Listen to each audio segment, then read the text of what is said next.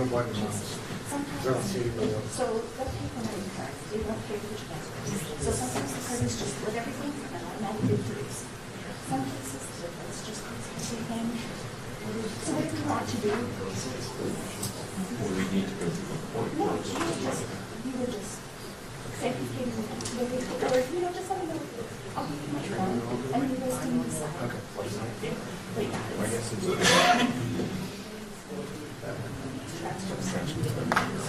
it's very common. Sure.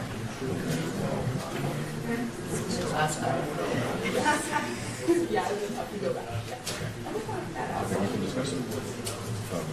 Other thing is, and then I would just divide the bill by sending out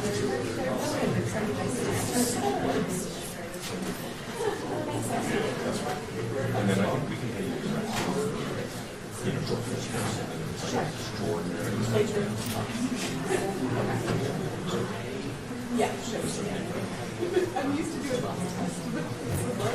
What were the short ones?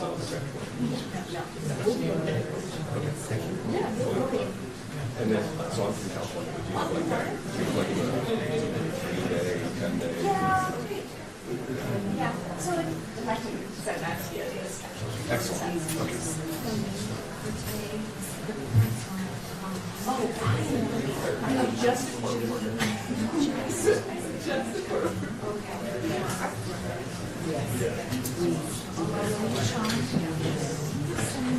Thank you.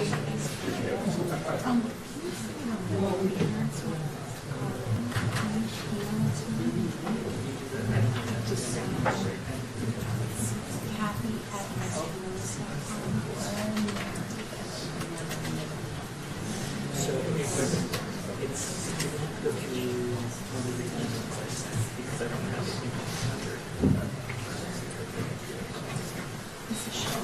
Oh no, I thought you were my co-counsel walking out. Can you hear us okay over at the courthouse?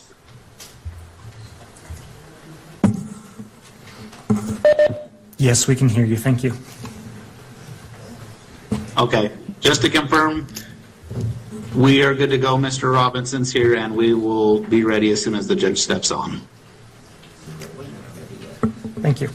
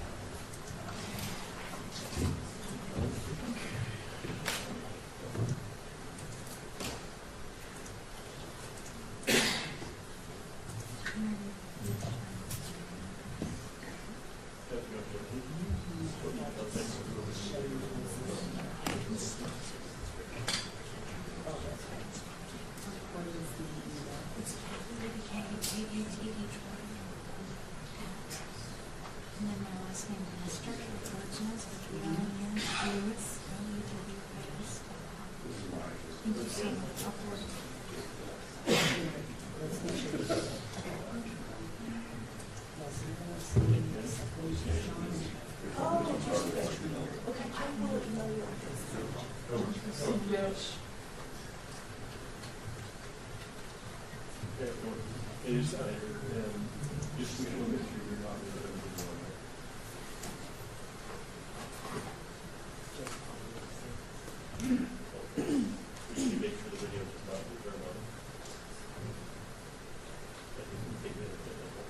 You'll make sure that they know that for sure.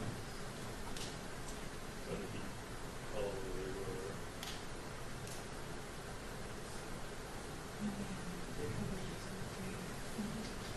Just make sure that you got there, that most of these videos before on plus that.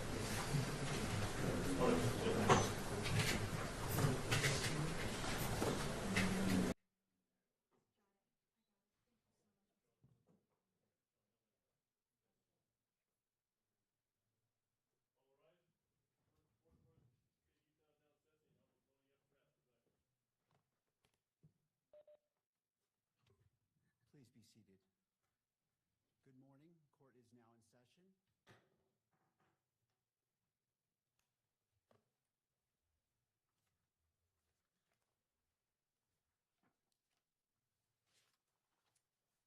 Calling the case 251403576, State of Utah versus Tyler James Robinson. Counsel, could you enter your appearances, please? Chad Grunander, Jeff Gray, Lauren Hunt, Ryan McBride, and Chris Ballard for the state, Your Honor. Good morning, counsels. Good morning, Your Honor. Kathy Nestor, Michael Burt, and Richard Novak on behalf of Mr. Robinson. Morning, Your Honor. Good morning to you all. And to the jail. Do we have Mr. Robinson present? Yes, Your Honor. All right. Mr. Robinson, good morning to you as well. Counsel, as we begin, I have entered orders allowing the admittance of Mr. Michael Burt, Mr. Richard Novak, pro hoc vice, and appointing them along with Ms. Catherine Nestor to be Mr. Robinson's counsel. The court enters findings that the combined experience of counsel meets and exceeds the requirements of Rule 8. Counsel, do we have,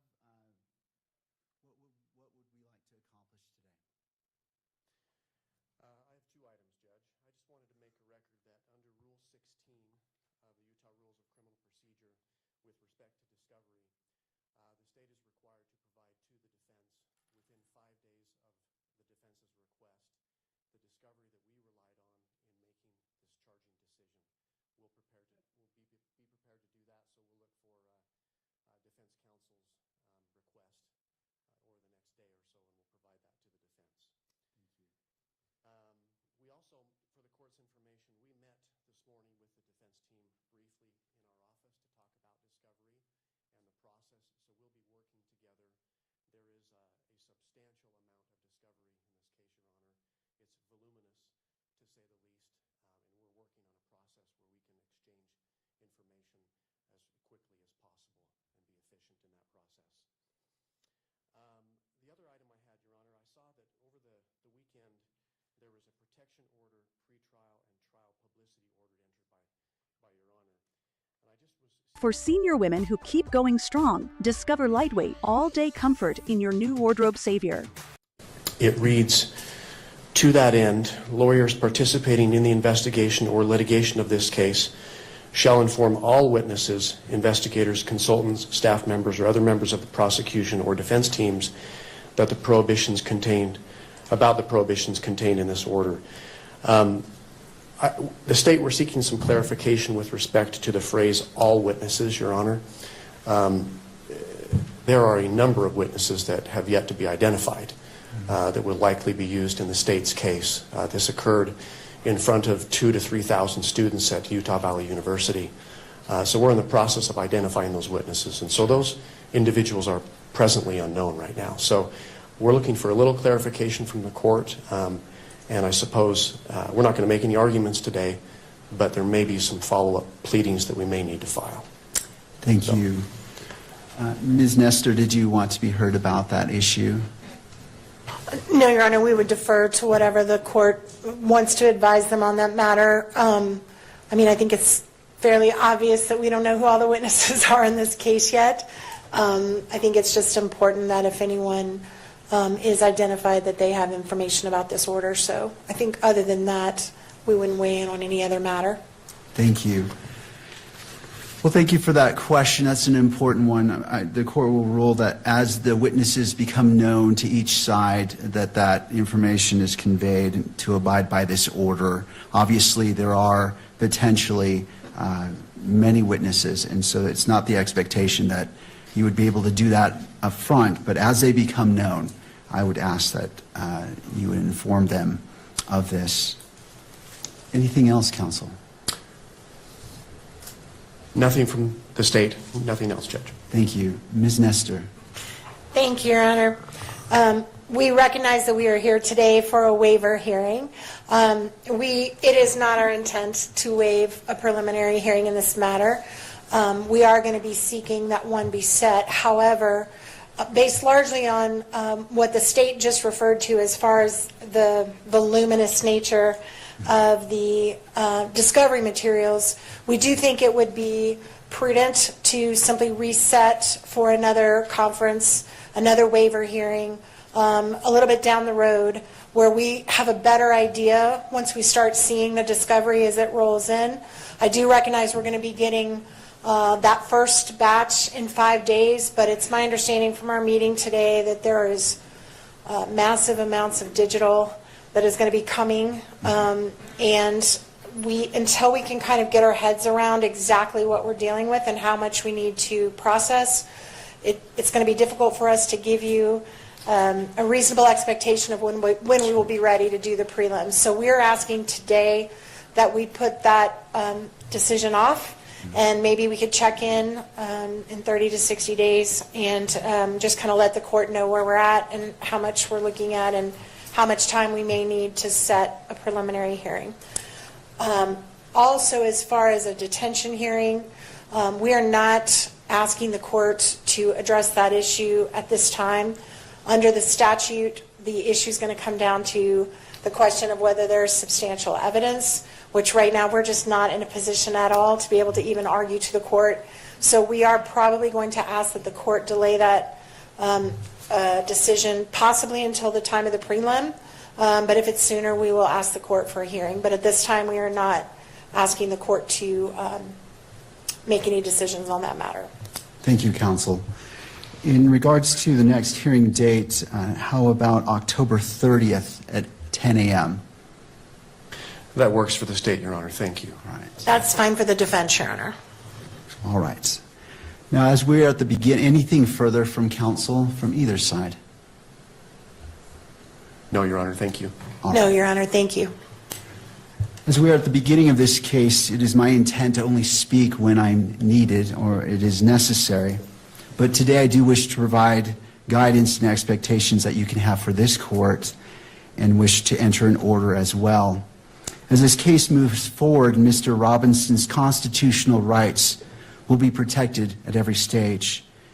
He sits before this court presumed innocent, and that presumption remains unless and until each element of every offense charged against him is proved beyond a reasonable doubt. At the same time, and as applicable, victims are entitled under our Constitution to be treated with fairness, respect, and dignity, free from harassment or abuse. Justice demands that both of these principles, the rights of the accused and the rights of victims, be honored without compromise. I remain steadfast in my oath that I made 56 days ago to support and defend the constitutions of the United States and of Utah. I will carry out my duties with fidelity, transparency, and impartiality, treating every person who appears before me with the dignity and respect they are inherently due because they are human beings. Let me be clear. I will not put my finger on the scale of justice. These proceedings will be open to the public, conducted in accordance with the law, and handled with diligence and competence to ensure that justice is never compromised. It is the standing order of this court that Mr. Robinson shall be allowed to appear in person so he can fully engage with his attorneys and participate in these legal proceedings. Counsel, regardless of who is watching, whether it is the nation or a single individual, we must fulfill our roles with integrity, civility, and diligence. I encourage each of you to give your very best to this case. Neither Mr. Robinson nor the people of Utah deserve anything less than the fair and impartial administration of justice.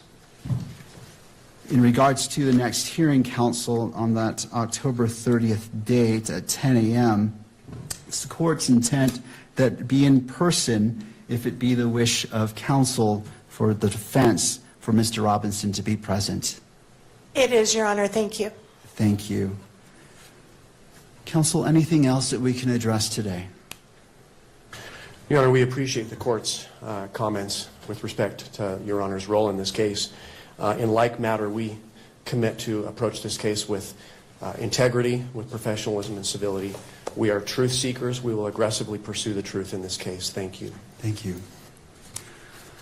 All right, counsel, unless there's anything else, thank you for being here. This court is in recess.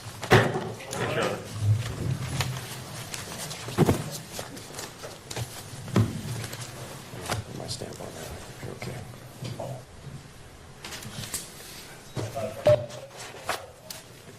Okay.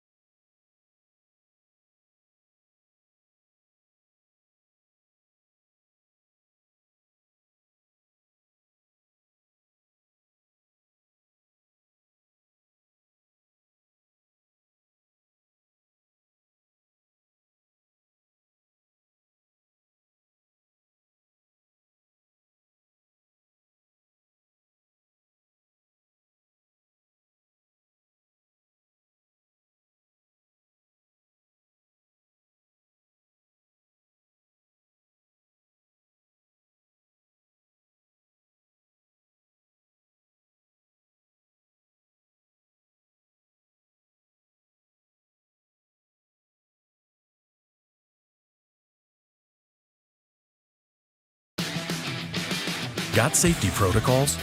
Grainger has the Safety Pros 2 call. Shop our vast inventory of safety products at Grainger.com. Call, click, or just stop by. Grainger, for the ones who get it